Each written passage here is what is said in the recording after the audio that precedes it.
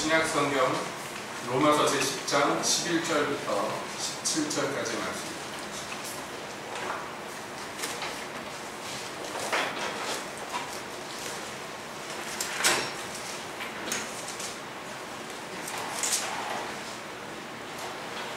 신약 성경 로마서 제10장 11절부터 17절까지 보시겠습니다.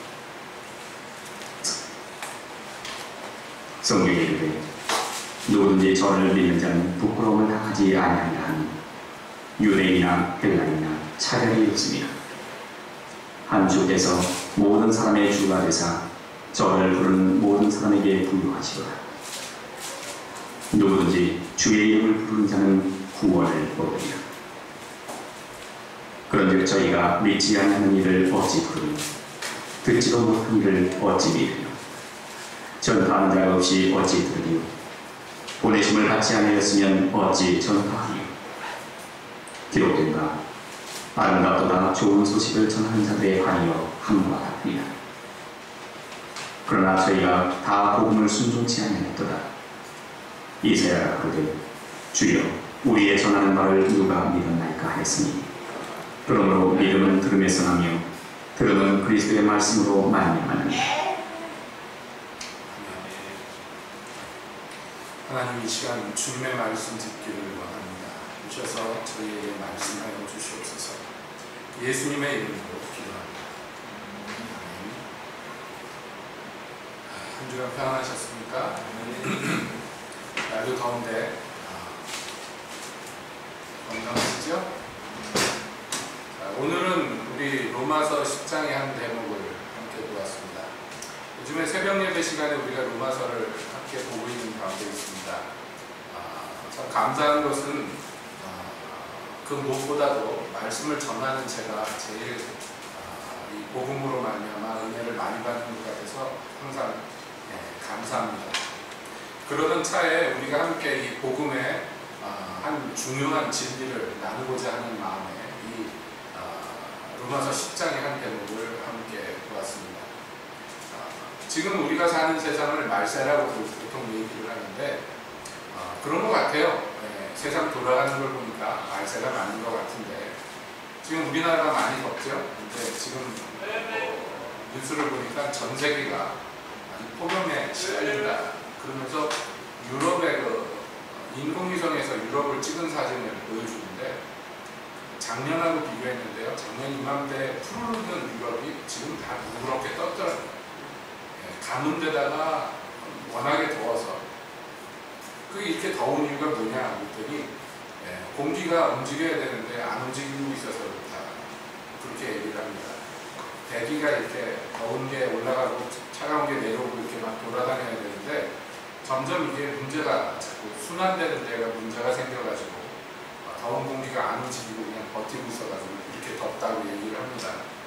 그러니까 뭔가 지금 지구가 움직이는데 지구 내부의 움직임이 여러 가지로 지금 문제가 생기고 점점 그 문제가 말로만이 아니라 우리가 피부로 느끼는 실제로 이렇게 나타나는 것을 보면서 난리와 난리 소문이 들리며 이제 천지간에 여러 가지 징조가 일어날 것에 대해서 예수께서 말씀하신 것이 점점 이루어질 것 같구나 하는 것을 느끼게 됩니다.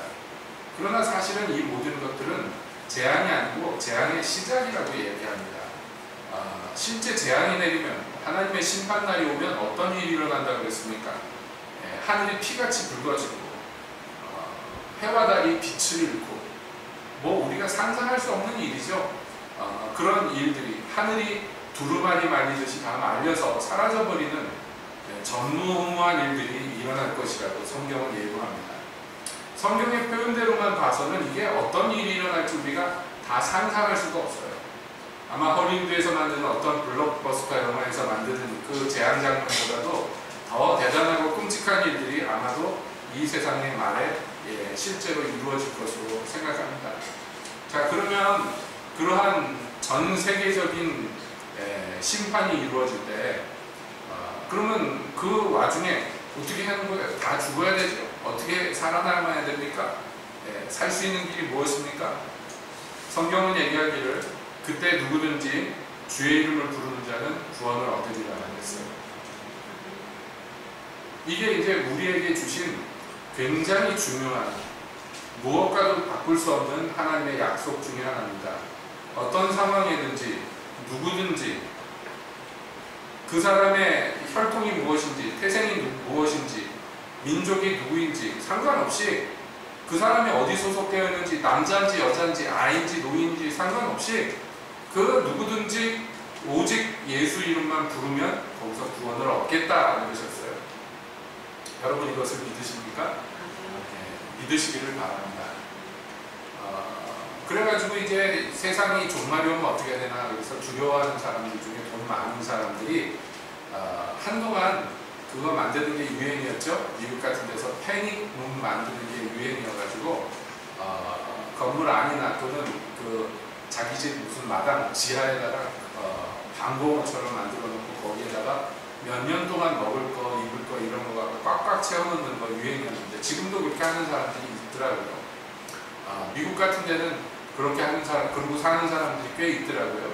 그런데 뭐 그 유명한 마이클 잭슨 같은 경우에도 그 어마어마한 규모로 패닉룸을 만들어 놓고 핵전쟁이 일어나도 혼자서 몇십 년 살 수 있는 장비를 다 갖춰놨는데 죽어버렸죠.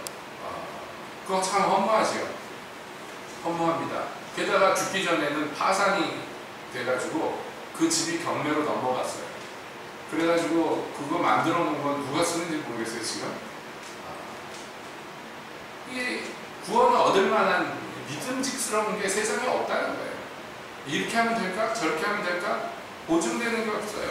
그런데 우리에게는 무엇과도 바꿀 수 없는 보증이 있는데 그게 뭐냐면 바로 예수님의 이름입니다. 천하에 구원 얻을 만한 다른 이름을 주신 것이 오직 예수 그리스도의 이름인데, 자, 예수님의 이름을 부르면 구원을 얻는다 그랬어요. 차별이 없어요. 유대인이나 헬라인이나 차별이 없이 모든 만민의 주가 되어가지고 그분의 이름을 부르는 자마다 구원을 얻겠다고 성경이 약속했어요. 예, 성경에 이르되 누구든지 저를 믿는 자는 부끄러움을 당하지 아니하리라 약속했습니다. 굳게 의지하고 예수님을 불렀는데 아무도 안 도와주고 아무도 구원 안 해주면 부끄러운 거잖아요. 근데 그런 일을 안 당할 거라고 약속이 되어 있습니다. 여러분 우리가 그것을 믿습니까? 믿으시면 감사하죠. 근데 성경에서 얘기합니다. 믿지 않는 자를 어떻게 부르리요? 누구든지 그의 이름을 부르는 자는 구원을 얻으리라 그랬는데 그 누구든지가 말이에요. 누구든지가 예수님의 이름을 부르는 사람들이 돼야 되는데, 그런데 모든 사람이 그럼 예수님의 이름을 부르느냐? 그렇지 않더라는 거예요. 왜냐하면 믿지 못하기 때문에. 야, 내가 이 와중에 그 이름을 부른다고 해서 구원을 얻겠는가? 그냥 못 부르는 거예요. 제가 말세의 마지막 징조에 대해서 말씀했지만 그 전에라도 언제라도 우리는 예수님의 이름을 부르면 구원을 얻습니다. 성경에서 얘기하는 구원이라는 것은 좀 우리 생각하고 다르게 스펙트럼이 넓어요. 우리가 보통 구원이라고 얘기하면 지옥 안 가고 천당 가는 거 이 정도 수준으로 생각을 하는 경우가 많고, 조금 더 고급스럽게 믿는 분들은 우리를 죄에서 구원하셨다 이렇게 믿고 뭐 이런 식으로 얘기합니다. 그러나 그것이 구원의 가장 핵심이고 가장 중요한 것은 맞습니다만은 뿐만 아니라 성경에서 구원이라고 얘기할 때는요, 그 범위가 그보다 더 넓어요. 즉 뭐냐면 우리가 심판받아서 멸망당할 우리의 영혼이 구원받아서 영생에 이르는 것도 구원이 맞습니다만은, 그러나 이 생존 세계에서 살면서 도저히 아무도 도와줄 수 없는 상황에서 건져주시는 그 모든 것을 주님은 구원이라고 합니다. 그래서 성경에 보세요. 성경에 보면 이렇게 나왔어요. 따라 내 믿음이 너를 구원하였으니 두려워하지 말고 평안히 가라. 혈루병 걸린 여인이 내가 그 옷자락만 잡아도 나으리라 했을 때 진짜 옷자락을 잡았는데 나았어요. 예수님이 그에게 두려워하지 말라고, 내 믿음이 너를 구원했다고 얘기해요. 그가 오랫동안 병에 걸려서 고통받았는데 그 상황에서 도와줄 사람이 아무도 없었어요. 많은 의사에게 많은 돈을 썼지만 그를 구원할 사람이 아무도 없었어요. 고통만 가중되었어요. 문자 그대로 거기에서 건져주시고 그 상황에서 회복시켜주는 건 구원입니다. 누가 했습니까? 예수님이 했어요. 믿었기 때문입니다. 그러니 그러니까 이 구원이라는 것은요, 말씀드린 대로 스펙트럼이 넓어요. 우리가 꼭 필요한 도움, 아무도 나를 도와줄 수 없는 상황에서 유일하게 부를 수 있는 이름, 그게 누구냐? 예수님이에요. 우리의 영혼의 구세주이고 동시에 우리의 인생의 구세주가 예수님입니다. 여러분 믿으십니까? 믿으셔야 됩니다. 믿으셔야 돼요. 어떤 자매님의 간증을 과거에 본 적이 있었어요. 이 자매님은 대대로 저주 가운데 태어났어요. 그러니까 뭐라 그러냐, 서양식으로 얘기하면 그 영매라고 그러죠? 무당 집안에서 태어나가지고 어렸을 때부터 마귀에게 시달렸어요. 그게 너무 고통이 오래 가니까 정말 귀신들이 실제적으로 나타나서 육체와 영혼을 괴롭히는데 그 괴로움을 어렸을 때부터 당하고 자랐어요. 아무도 도와줄 수가 없었어요. 그래서 도와줄 사람들을 찾아다녔는데 누가 소개를 해준 거예요. 이 사람한테 가면 너를 도와줄 거다. 그래서 갔는데 그게 어떤 사람이냐면 어떤 여자인데 그 심령 치료술 싸움 이런 거 있잖아요. 서양에 보면 그런 데 갔어요. 그 사람이 널 도와줄 거다. 그래서 갔더니 뭐 하는 사람이냐면 아마 브라질로 기억이 되는데 이렇게 병든 사람이 불치병 같은 거 걸려서 오면은 치료를 해줘요. 이분이 이 여자가 치료를 하는데 어떻게 하냐면 그 치료하는 칼이 있어요. 작은 단도가 있는데 보면은 한 번도 딱지를 안 해가지고 녹이 막 쓸어있고 마른 피들이 막 덕지덕지 묻어있는 그런 칼이에요. 근데 그걸로 아픈 사람의 살을 막 찢어가지고 병을 끄집어내고 그러면요 실제로 병도 낫고 그 찢어놓은 데가 아물기도 하고 그래요. 그 사람들이 많은 돈을 들고 와가지고 자기를 고쳐달라고 옵니다. 그런데 그거를 하면서 그 칼을 그냥 쓰는 게 아니에요. 그 칼을 예수님이 줬다고 믿어요. 얘기를 해요. 치료하라고 예수님이 준 칼이라고. 그래서 그걸로 그 치료를 하고 치료하기 전에 막 기도해요. 하나님한테. 예수님의 이름으로 막 기도해요. 이걸 여러분들이 아셔야 돼요. 우리나라 같으면 무당이 무슨 신 막 부르잖아요. 그런데 이 기독교 사회에서의 무당들은요 하나님의 이름을 부르고 예수님의 이름을 부르는 경우가 상당히 많습니다.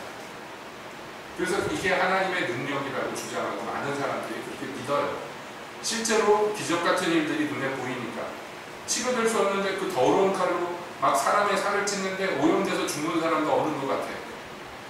근데 거기 가가지고 같이 살면서 조수가 된 거예요. 이 여자 주인공. 왜냐하면 아무도 도와줄 수가 없으니까 하나님이 도와줄 수 있다 그래서 그 사람한테 보낸 거예요. 그래서 그 치료하는데 옆에서 조수가 돼가지고 같이 치료하는데 도구가 돼서 막 들어가서 합니다. 그래서 그 사람이 시시때때로 예수님의 이름으로 기도해주고 마귀를 쫓아주고 그래요. 그런데요 처음에는 좋았어요. 좀 지나니까요 점점 이상한 일들이 더 심각하게 벌어져요. 더 심각하게 상황이 점점 악화되고요. 마귀의 괴롭힘이 점점 심각한 수준에 이르러서 거의 자살 직전까지 이르렀어요. 너무 고통스러워서 자기의 그 영적 어머니 그 무당한테 울면서 묻는 거예요. 왜 나는 점점 상황이 이렇게 악화되는가. 그 영혼의 어머니라는 무당도 눈물을 흘리면서 나도 모른다. 나도 분명히 예수님이 시켜서 하는데 나도 평생의 이 고통에서 한 번도 벗어난 적이 없다. 이 여자도 계속 고통받는 거예요. 마귀한테. 자 어떻게 됐을까요? 결국 그래서 거의 죽기 직전까지 갔다가 정말 하나님의 은혜로 누가 전도해가지고 예수 믿고 그것에서 풀려나고 나았어요. 귀신이 쫓겨나가고. 그러면서 알게 된 거예요. 평생에 속아왔다는 것을. 그 천주교 국가에서 자라나면서 예수님의 이름을 얼마나 부르고 하나님의 이름을 얼마나 불러주는 거예요. 자기를 구원해달라고. 또 많은 그 천주교에 관련된 사람들이 하나님의 이름 부르고 이 여자를 위해서 기도했는데 아무 소용도 없었어요. 그 영혼의 어머니라는 여자가 조금 차도가 있는 듯 보이게 했지만은 더 심각한 상황으로 악화시켜버렸어요. 거기서 나올 구멍이 없었어요. 문제가 뭐였을까요? 제가 당황하게 얘기했습니다만 이건 좀 극단적인 경우인지 모르겠어요. 그러나 예수님의 이름을 부르는데 무엇으로 불렀냐면 주술적인 의미로. 주술적이라는 게 뭐냐면 어떤 주문만 외우면 그게 뿅 하고 이루어지는 거 있잖아요. 이게 주술이에요. 제가 몇 차례나 여러분께 설명을 드렸습니다만은 제일 단순한 형태의 주술이 뭐냐면 열려라 참깨 이러는 거예요. 여러분 그 아라비안 나이트에서 나오는 얘기 아시잖아요. 알리바바와 40인의 도전 맞나요? 그 얘기에서 나오죠. 도둑들이 보물을 숨겨놨는데 거기를 마법으로 바위로 막아놨는데 그 문이 어떻게 하면 열립니까? 열려라 참깨 하면 열리잖아요. 주인공이 그걸 알았잖아요. 이 주인공이 도적들이 나간 팀에 가가지고 열려라 참깨 그러니까 열리잖아요. 그 동굴의 보물의 주인도 아니에요. 그 도적단의 일원도 아니에요. 그냥 암호를 훔쳐들었을 뿐이에요. 그러니까 이 마법의 문은 그 사람이 누구인지 상관없어요. 맞는 말만 하면 문이 열리는 거예요. 그 보물을 갖고 왔는데 뭐 흥부놀부처럼 그 욕심쟁이 형이 그거 얘기 듣고 가가지고 자기도 열려라 참깨 하고 들어가가지고 막 보물을 챙겼는데 나가려고 보니까 잊어버렸어 아무를. 그래서 뭐 열려라 호박, 열려라 수박 그러다가 문이 안 열려가지고 도적들한테 죽는 얘기 아니에요. 결국에는 여러분 예수님의 이름을 부르는 것이요 이 맞는 암호를 부르면 만사가 형통된다 이런 의미가 아닙니다. 예수님 막 부르고 말씀드렸잖아요. 좀 극단적인 케이스지만 예수님의 이름으로 치료를 한다니까요. 그 높은 단도를 가지고 사람의 살을 찢고 배를 가르고 그러면서 실제로 막 뭐 안에서 뭘 끄집어내고 막 이런다니까요. 예수님의 이름으로. 그런데 그것이요 마귀의 장난, 마귀의 속임수였어요. 그러니까 이게 뭡니까? 그렇게 극단적인 경우는 아니겠지만은 예수의 이름을 부르면 구원을 얻어? 그래서 예수님을 부르면은 다 만사형통해? 그래서 불렀는데 아무것도 안 됐어. 이거 거짓말 아닌가? 성경이 틀린 거 아닌가? 이렇게 얘기하는 사람들이 있잖아요. 근데 아셔야 돼요. 예수의 이름을 불렀다고 해가지고 다 되는 게 아니에요. 스가랴와 그 일곱 아들들 무당들이 바울을 보고서 바울이 병 고치는 거 보고 바울이 귀신 쫓는 거 보더니 저렇게 하면 되나? 그래가지고 귀신 들린 사람한테 얘기하잖아요. 바울이 전하는 바 예수의 이름을 빙자하여 너한테 막 명하는데 나가라 그랬더니 귀신 들린 사람이 그랬잖아요. 내가 예수도 알고 바울도 아는데 너는 누구냐? 그래가지고 가가지고 막 옷을 다 찢어 발겨가지고 빨개벗고 도망갔다. 성경에 나와 있죠. 예수님의 이름을 도용한다 그래가지고 그게 예수의 이름을 부르는 일이 되는 게 아니라니까요. 예수님의 이름을 부른다는 게 무슨 의미냐면 입으로 예수님 도와주세요. 그게 전부가 아니라는 거예요. 그런 면도 있지만 그게 전부가 아니라는 거예요. 그러면 뭐냐? 예수의 이름을 부른다는 건 무엇이냐? 성경은 얘기합니다. 믿지 아니하는 일을 어찌 부르리오. 그러니까 이건 뭐예요? 부르려면 먼저 뭐 해야 된다는 거예요? 믿어야 된다는 거예요. 믿지 않았는데 부르는 거는 뭐냐면 불법이에요. 불법. 그래서 마지막 날에 많은 사람들이 예수님께 와서 주여 주여 내가 주님의 이름으로 귀신도 쫓아내고 선지자 노릇했습니다. 그랬는데 예수님이 그들을 보면서 뭐라고 그러냐면 불법을 행하는 자들에게서 떠나가라. 그 자체가 불법이라는 거예요. 즉 허가도 받지 않고 자격도 없는데 예수님의 이름을 막 갖다 쓴 거예요. 그게 불법이죠.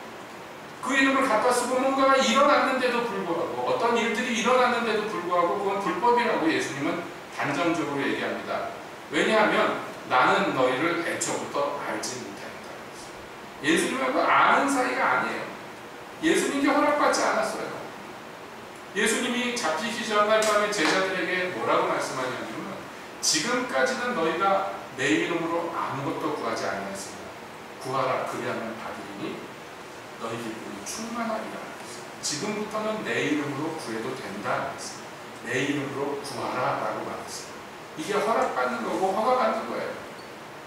여러분, 그 제자들에게 약속하신 약속이 그 모든 그리스도인들에게 그대로 이게 유산으로 물려져서 내려옵니다. 그래서 우리는 예수님의 이름을 부를 수 있고 사용할 수 있는 특권이 있어요. 그런데 그게 그냥 구호처럼 암호처럼 그냥 입으로 외웠다고 해서 되는 게 아니라는 거예요. 우리가 그러잖아요. 기도할 때마다 여러분 마지막 부분에서 뭐라고 얘기합니까? 예수님의 이름으로 기도합니다. 아멘 하죠.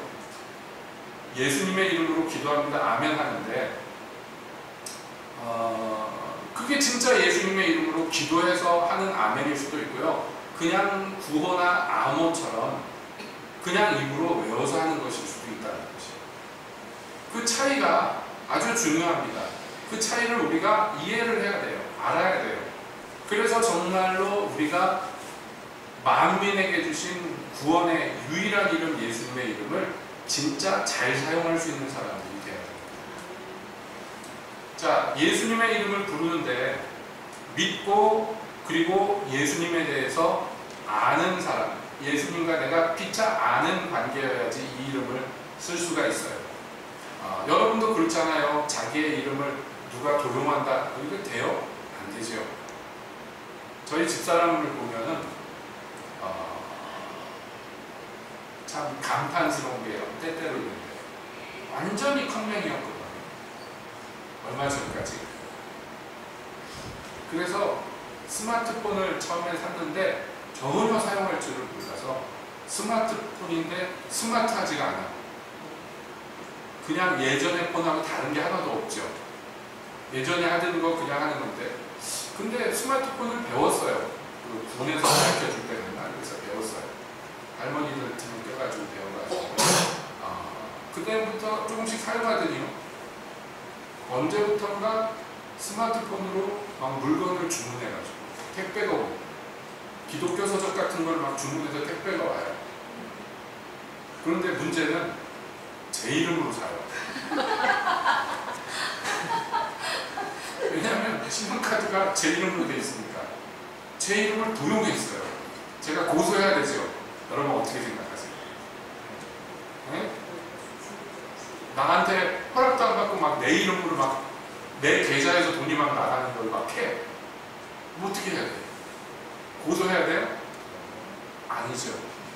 그래서 그러면 안 되겠죠? 왜냐하면 사랑하는 아내니까 내 이름을 써도 돼. 허락 받은 거나 마찬가지예요. 관계가 그렇단 말이에요. 관계가. 제가 예를 든 건데 여러분 우리가 예수님의 이름을 불법으로 도용하면 안 됩니다. 요즘에는 그 PC용 뱅킹 같은 데 들어가면 꼭 그거 뭐 뜨더라고요. 혹시 뭐 관공서에서 연락 와가지고 지금 하는 거냐 마는 거냐 예 아니면 눌러야지 뭐가 진행되게 만들어놨어요. 하도 그런 속이는 게 많으니까 속지 말라고 그런 거 돼 있죠. ATM 기계 돈 빼는 데도 가도 그거 물어보잖아요. 지금 누가 전화해서 뭐 돈 보내라고 해서 보내는 겁니까? 관공서에서 하는 겁니까? 아니요 눌러야지 그 다음에 진행되게 해놨더라고요. 하도 속여먹으니까. 여러분 이거 불법으로 이렇게 이름을 도용하고 계좌를 도용하는 것은 불법이에요. 문자 그대로 불법. 우리가 밤낮으로 예수님의 이름으로 기도합니다 하고 기도하는데 예수님의 이름을 안 믿으면서 기도하는 것은 심각한 불법이에요. 예수님이 구원할 거라고 믿어야 되는데 믿지도 않으면서 예수님의 이름을 자꾸 불러. 그러면 되겠습니까? 안 되겠습니까? 안 되죠? 안 됩니다. 그런데 생각해보면 안 되는데도 불구하고 많이 저지르죠. 오해하지 말고 들으세요. 한국에 한동안 유행했던 거 지금 좀 유행이 지나간 것 같은데 그게 뭐냐면 주기도문을 뭐 1000번인가? 10,000번인가? 100번인가? 몇 번이죠? 계속해서 외우면 기도가 응답된다. 뭐 그래가지고서 그거 하는 집회도 있었어요. 주기도문을 계속 외우고 계속 외우면 정확하게 기억 안 나는데 1000번인가요? 하면은 말하자면 소원 성취가 된다는 거죠. 충분히 그 심정은 이해가 가요. 오죽 답답하면 그렇게 하겠어요. 오죽 답답하면. 그러나 여러분 심각하게 불법적인 요소가 너무 많아요. 왜냐하면 예수님은 우리한테 기도를 그렇게 가르쳐주지 않았어요. 많은 말을 하여야 들을 줄 믿는 것은 이방인의 기도라고 분명히 얘기했어요. 너희는 그런 식으로 기도하면 안 된다고.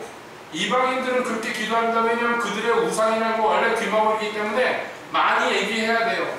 엘리야가 그 갈멜산 위에서 바알과 아세라의 선지자들을 조롱했어요. 더 크게 소리 질러봐라. 혹시 외출했는지, 혹시 잠이 들었는지 바알한테 더 크게 외쳐봐라 그랬어요.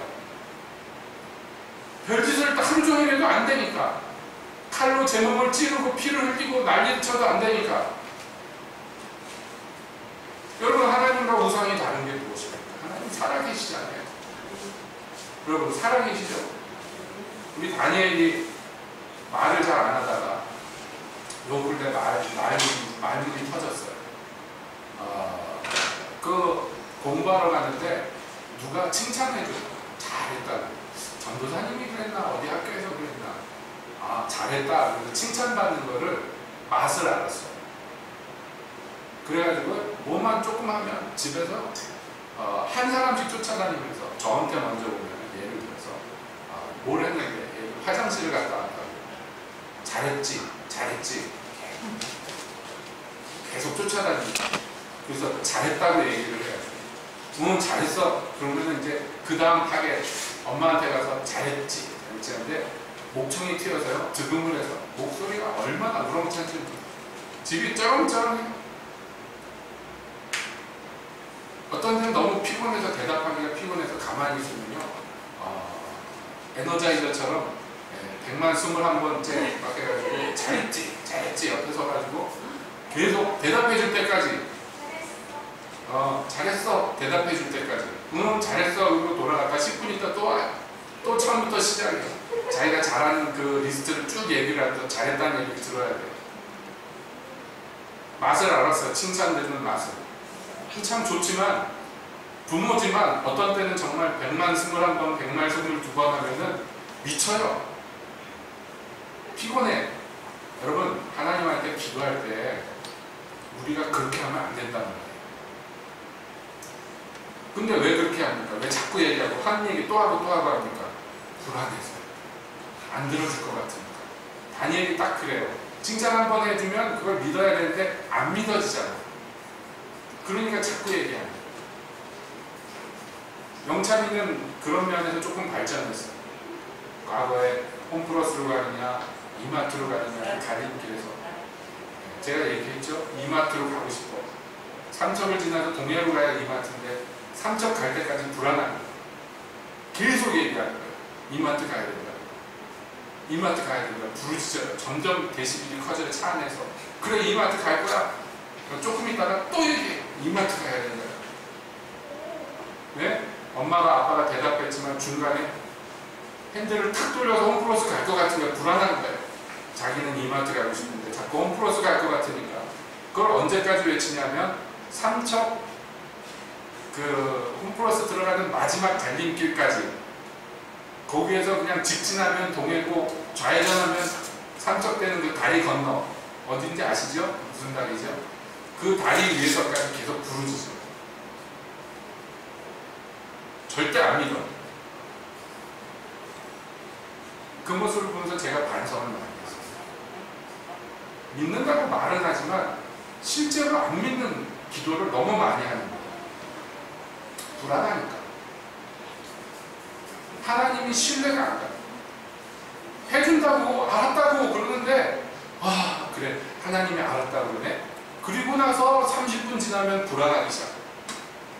또 외치는 거예요. 또 외치고. 글쎄 심정은 이해가 가요. 불안하니까 외치는 거는 이해가 갑니다. 저도 그렇고 때때로 저도 많이 그러니까. 그러나 이제 그 믿음이 성숙해 갈수록 좀 달라져야 돼요. 모습이 달라져야죠. 그런데 해가 가고 날이 가고 나이가 들었는데도 불구하고 여전히 예를 들어 기도하는 스타일이 똑같아요. 발전이 전혀 없어. 도대체 한번 낙심하면 회복도 안 되고 도대체 한번 의심이 들면 빠져나가지는 않고 한번 불안하기 시작하면 잠이 안 오고. 자, 여기에는 믿음이 없는 거예요. 믿음은 그런 게 아니거든. 그럼 어떻게 해야 되겠는가? 다른 수가 없습니다. 우리 믿음이 자라는 수밖에 없어요. 믿음이 자라고 성숙한 믿음으로 바뀌어야죠. 처음에는 어린아이 같이 알고 어린아이 같이 믿지만은 이게 계속 어린아이로 있으면 안 되고 점점 나아져야죠. 근데 그 나아지는 방법이 뭐냐 말이에요. 나아지는 방법이 유일한데 오늘 읽은 성경에서 나오는 거예요. 믿지 아니하는 이를 어찌 부르리요? 듣지도 못하니까 어찌 믿으리요? 전파하는 자가 없이 어찌 들으리요? 이렇게 쭉 나오죠. 이건 뭐냐면 결국은 뭐냐? 믿음은 들음에서 나며 들음은 그리스도의 말씀으로 말미암습니다. 그리스도의 말씀을 자꾸 들어야 돼. 여기서 듣는다는 건 지금 여러분처럼 이렇게 설교를 듣는 것도 포함합니다만은 귀로만 듣는 것을 의미하는 게 아니에요. 하나님의 말씀은 살아계시단 말이에요. 그 하나님의 말씀이 여러 방면으로 우리에게 들려옵니다. 우리가 성경을 홀로 읽을 때, 혼자 말씀을 묵상할 때, 기도 중에 주님을 생각할 때 여러 방식으로 여러 방면으로 하나님의 말씀이 우리에게 들려와요. 그리스도의 말씀이 들려와요. 눈을 통해서, 귀를 통해서, 경험을 통해서 여러 방면으로 그리스도의 말씀이 들려와서 그게 뭘로 승화돼야 되느냐면 우리의 믿음으로 승화가 돼요. 점점 더. 날이 갈수록 점점 더. 그러니까 우리 믿음이라는 것이 작년 믿음보다 올해가, 올해 믿음보다 내년이 점점 더 강해지고 좋아지고 더 굳세져야 돼요. 이건 정말 진짜 그렇습니다. 근데 생각해 보세요. 여러분이 언제가 믿음이 제일 강했습니까? 오히려 이상한 일이지만 교회 오래 다니신 분들이 뭐라 그러냐면 내가 왕년에 뭐 이런 얘기 하잖아요. 대부분 초신자 때, 은혜 처음 받을 때 그때가 믿음이 제일 좋았다고 스스로 재평합니다. 그럼 뭐 이상하죠? 시간이 거꾸로 가는 것도 아닌데 왜 이렇게 됐을까요? 뭐 여러 이유가 있습니다만은 제가 요즘에 많이 말씀드리는 이유는 뭐냐면 언제부턴가 주님의 말씀을 안 듣는 거예요. 왜 안 듣냐면 내 마음이 강박해지고 거역하고 그래서 안 듣는 경우도 있지만은 그냥 안 듣는 거예요. 왜 안 듣냐면 별로 들을 필요를 못 느끼기 때문입니다. 스스로. 왜냐하면 다 알아. 다 알아요. 진리를 다 알아. 그냥 여러분 그렇잖아요. 오늘 제가 설교하는데 처음 듣는 얘기 있어요? 다 아시는 얘기 아니에요. 믿음은 어디서 나요? 들음에서 나요. 다 알잖아. 그 정답을 다 알아버렸어. 그러니까 더 이상 흥미가 없는 거예요. 다 알아버렸으니까. 다 아는 얘기니까. 어떤 분하고 제가 사석에서 이야기하는데 그분이 이제 다시 신앙생활 제대로 안 하는 분한테 신앙생활을 이제 다시 회복해야 될 것에 대해서 이렇게 말씀을 드리는데 그분이 그런 얘기를 합니다. 아, 목사님, 제가 1, 2, 3 다 아는 사람 아닙니까? 1, 2 하면 3가 나오는 사람이에요. 맞아요. 다 모르는 사람 아니에요. 교회 생활 오래 했으니까 다 안단 말이에요. 웬만한 거 다 알잖아요. 우리가 초신자 때 예를 들어서 기독교인이 처음 돼서 여러 가지를 배웁니다. 예수님은 어디서 태어났습니까? 이런 거 배워요. 여러분 다 아시죠? 예수님은 어디서 태어났어요? 모로코에서요? 예? 캔버라에서요? 그런 데서 안 태어났죠? 다 아시잖아요. 유대 베들레헴에서 태어났죠. 조금 헷갈리는 분들은 예루살렘? 이런 사람들이 그거 아닙니다. 베들레헴입니다. 이런 거 배우잖아요. 소소한 것들 배웁니다. 그래가지고 이게 차곡차곡 쌓이는 거예요. 톰소요 모임에서 그런 거 나오잖아요. 톰소요한테 새로 오신 그 판사가 물어보잖아요. 여자친구 아빠인데 예수님의 제자 제일 유명한 제자 2명 이름이 뭐니? 그랬더니 톰소요가 없는 목사다가 다윗과 골리앗? 그럼 막 이거 듣는단 말이에요. 여러 가지 듣잖아요. 배우잖아요. 그러다가 세월이 어느 정도 지나면 다 아는 것 같아. 처음 듣는 얘기가 없어. 설교를 밤낮 듣는데 맨날 그 얘기야. 그러니까 더 이상 배울 흥미도 없고 더 이상 성경을 들여다볼 필요도 없고 다 알아요.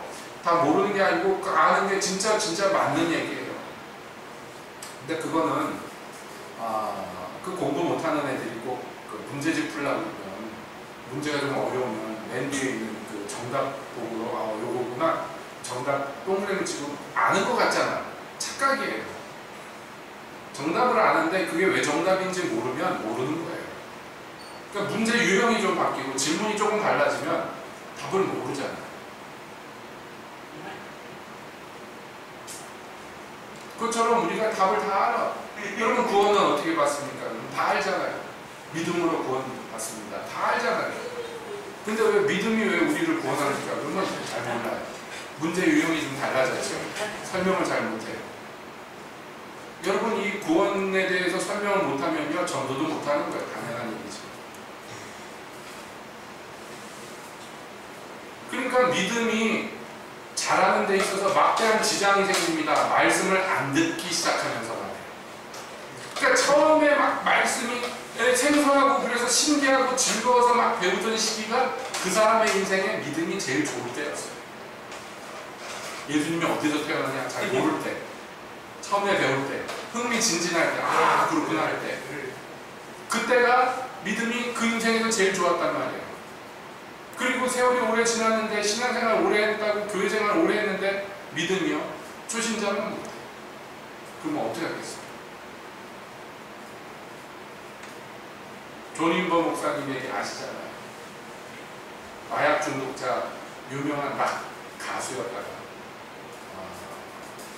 이혼 직전에 상담 받아봐라 그래가지고 갔더니 상담 받으러 부부가 갔더니 성경 공부를 시키는 거예요. 그런 부부가 모아가지고 그 성경 공부하다가 예수님을 만났어요. 너무 기뻐서 이제 어떻게 해야 됩니까? 성경 공부해주던 목사님 이제부터 교회 나가야 된다 해주고 마약 끊고 술집에서 노래 부르는 거 그만하고 이제부터는 다른 직업 갖고 그리고 교회 생활해야 된다. 그래서 그 모든 라스베가스에서 한번 무대 뛰면 거액을 받던 사람이 그거 다 그만두고 자동차 정비 수리하면서 교회 나가기 시작했어요.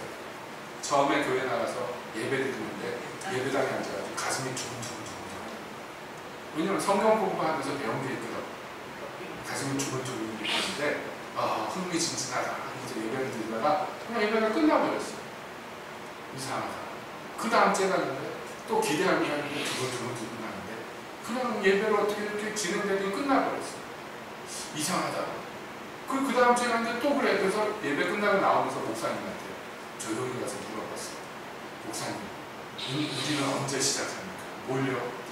언제 죽은 자를 살리고 병든 자를 고치고 귀신을 쫓아내고 이런 거 언제 합니까?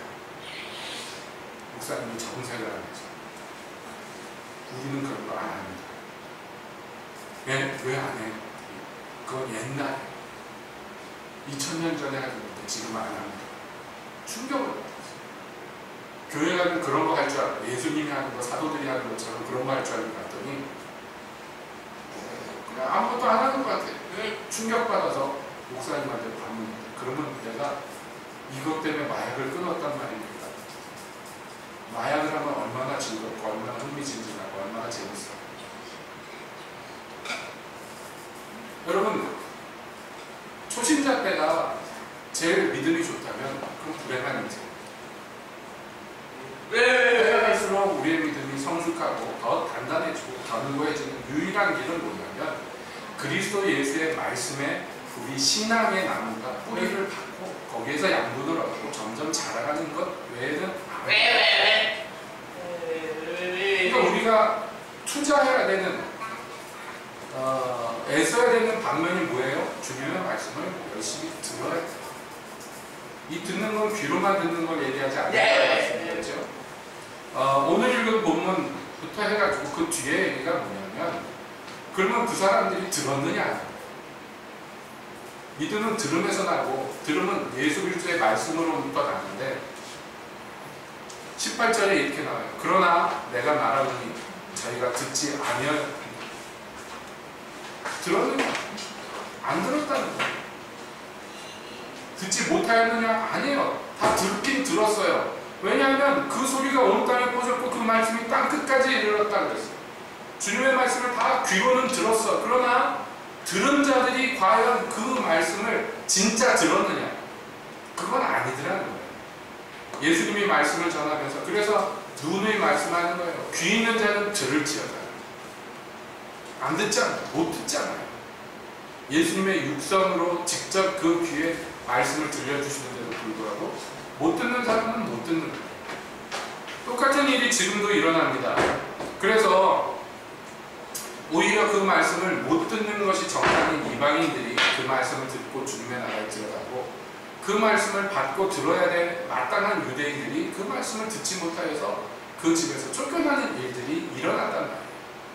오늘날의 교회도 마찬가지 똑같은 일들이 계속해서 똑같은 비극들이 계속해서 벌어져요.